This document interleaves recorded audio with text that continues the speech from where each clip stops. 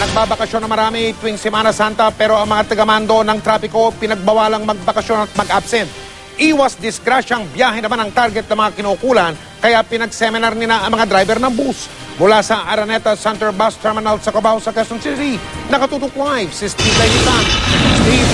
May karamihan sa mga biyahero na narito ngayon sa Araneta Center Bus Terminal, sila yung mga umiiwas dun sa inaasahang bulto ng mga pasahero na inaasahang magsisimula, Mike, sa darating na Biyernes hanggang sa Miyerkules Santo na yan sa susunod na linggo. Ang kaso, kahit itong mag-anak na ito, medyo napaaga nga yung kanilang alis, pero kaninang umaga pa sila nandito alas 9 pa lamang para dun sa alas 12 ng tanghali na biyahe nila. Hanggang ngayon, wala pa yung kanilang masasakyang bus. Nagkaroon daw ng pagkaantala dahil nagkaroon ng aberya doon sa Pagbilao, Quezon. Pero nung makausap natin kanina, Mike, yung dispatcher ng bus company na ito, ang sinabi niya sa atin ay anumang oras daw ngayon ay darating na raw yung bus at matutuloy na raw yung kanilang biyahe. Alam mo, Mike, yung ibang mga bus company dito ay nag-aalok pa ng diskwento doon sa kanilang mga pasahero. Halimbawa, yung pamasahe nasa 1,487, ginagawa na lamang nila itong 1,400. Inaalis na yung butal. Yan daw yung kanilang pang-attract dun sa mga kanilang pasahero. Yung iba nga meron pang libreng lunch o dinner dun sa kanilang biyahe. Pero higit dyan, Mike, yung konsiderasyon syempre dun sa kaligtasan ng kanilang mga pasahero. Higit dun sa paniniguro dun sa kondisyon ng kanilang sasakyan, binusog din daw nila sa kaalaman, Mike, yung kanilang mga driver.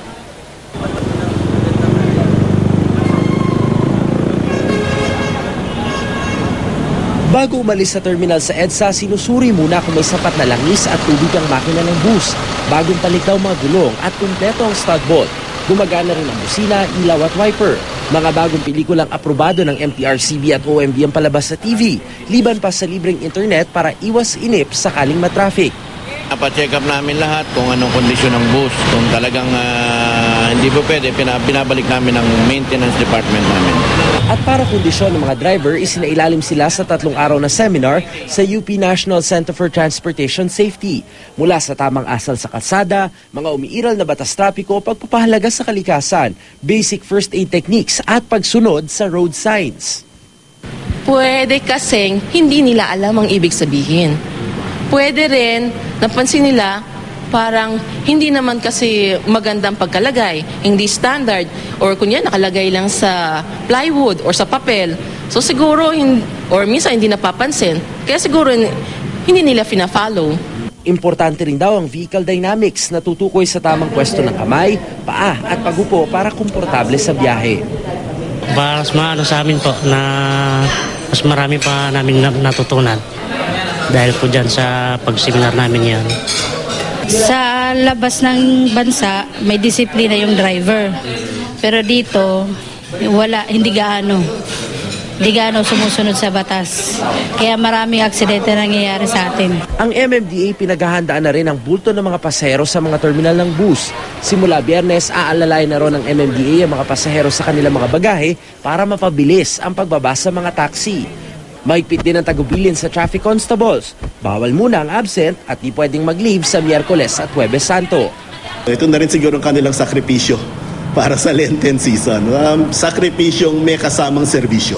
Pinulong na rin ngayong hapon ang mga kinatawan ng LGUs para ipagbigay alam sa MMDA ang mga ruta ng prosesyon na daraan sa mga pangunahing lansangan sa Metro Manila. Kabilang sa mga nauna nagpasabi ang prosesyon sa Quiapo, Caloocan at ang Santuario de San Antonio.